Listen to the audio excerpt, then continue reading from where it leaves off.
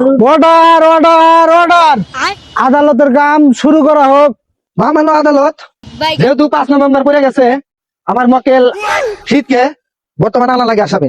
যেহেতু আমার এই শীতকে আনা লাগে, তাই আমার প্রতিপক্ষ আসামি গরমকে, আপনার কাছে এতটুকু আমার আবেদন, যাতে আমাকে গরমকে বিদায় করে দেখুক, আর আমার আসামি নাকি আমার মক্কেল ঠান্ডাকে এখানে আনা হোক। আপনার কাছে এটুকু আবেদন।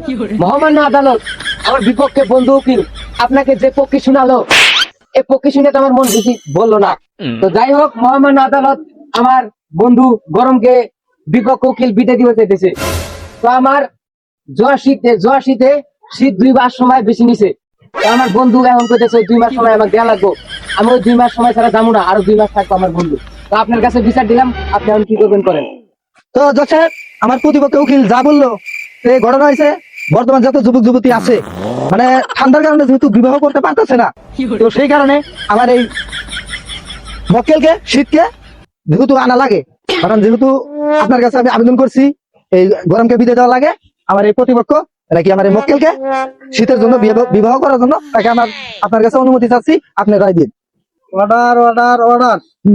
সমস্ত সাক্ষী প্রমাণের ভিত্তিতে গ্রামের পয়পোলানের দিকে তাকাইয়া এবং আমার নিজের দিকে তাকাইয়া, তার কারণে গরমকে বিদায় দেওয়া হলো, শীতকে নিয়ে আসা হলো।